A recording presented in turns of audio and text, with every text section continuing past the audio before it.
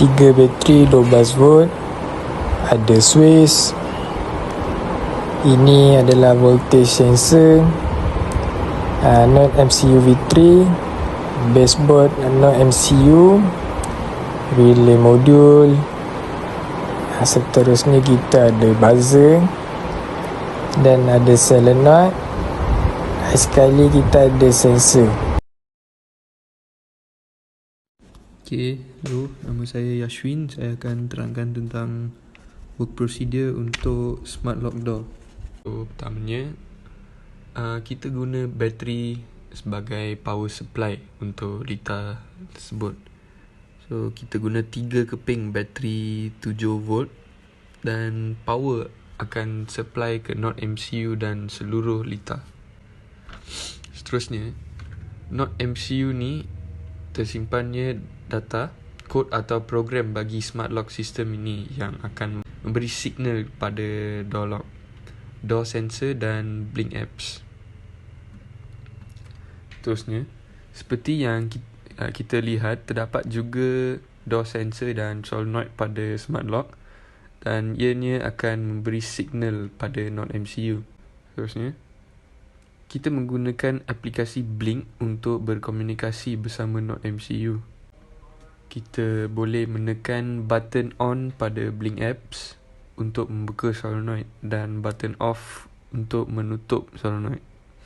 Apabila button berada dalam keadaan off di aplikasi Blink, solenoid lock akan tertutup dan alarm akan diaktifkan. Maka ada pergerakan pada door sensor, alarm akan trigger lalu berbunyi dan menghantar notifikasi kepada pengguna. Jika button on ditekan di aplikasi Blink, maka solenoid lock akan terbuka dan oleh sebab itu alarm sistem tidak berada dalam keadaan aktif. Seterusnya, kotak komponen smart lock telah diikat dengan skru pada pintu supaya lebih kukuh dan kuat. Beginilah rupa smart lock door system kita. Dan seterusnya kita ke proses demo untuk menggunakan mesin tersebut. Seterusnya saya akan menunjukkan demo cara menggunakan smart lock system dengan menggunakan sistem IoT ataupun dikenali sebagai Blink apps. Sekarang saya akan terangkan tentang Blink apps pada aplikasi smart lock kami. Kami ada 3 benda dalam Blink apps ni. Yang pertama, lock and alarm. Yang kedua ialah notification system. Yang ketiga ialah battery monitor. Dan kita boleh lihat bahawa bateri kita ada 8.13 volt. Saya akan terangkan terlebih sedikit tentang lock and alarm. Sekarang kita boleh tengok lock dalam keadaan yang off. Apabila kita membiarkan lock dalam keadaan yang on, maka alarm tidak akan diaktifkan. Lalu apabila kita membiarkan lock dalam keadaan yang off, maka alarm diaktifkan.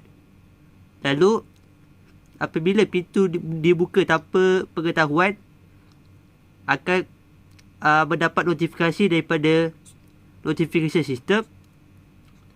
Dan kita last sekali kita boleh tengok battery monitor, iaitu kita boleh monitor bateri pada smart lock kita. First kita boleh tengok pada Blink app, lock dalam keadaan yang off. Dan saya akan on kan. Kita boleh tengok pada smart lock atau pada replika pintu, solenoid pada smart lock adalah turn on. Dan saya akan off kan pada Blink apps. Dan kita boleh tengok pada pintu smart lock dalam keadaan yang off. Dan saya akan menguji alarm sistem dalam kiraan 1, 2, 3. Kita boleh tengok di sini ada tunjuk warning kerana pintu telah dibuka. Selain dari menampal kotak smart lock pada dinding pintu tersebut, kami juga mendapati cara kedua, iaitu menampal smart lock tersebut pada dinding di sebelah pintu. Jika kita lihat di sini, kotak smart lock itu berada di sisi pintu dan juga ianya perlu dirapatkan kerana komponen yang berada di dalam pintu tersebut tidak beberapa panjang dan juga ianya perlu dirapatkan kerana kesemua wayar itu disambungkan kepada door sensor. Jika kita lihat perbandingannya, kesemua komponen smart lock berada di dinding, manakala kotak smart lock menampal di pintu, kesemua komponennya berada di belakang pintu. Jadi kita boleh lihatnya di sini. Okey, yang kedua, kita meletakkan pada dinding. Okey, seperti mana kita tengok, smart lock dalam keadaan berkunci dan kita ada door sensor di sini. Okey, saya akan menguji dan menutup smart lock ini.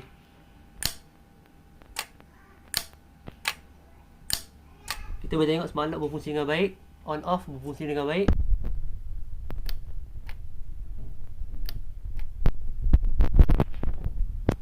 Sekarang saya akan trigger alarm. Kiraan 1, 2, 3.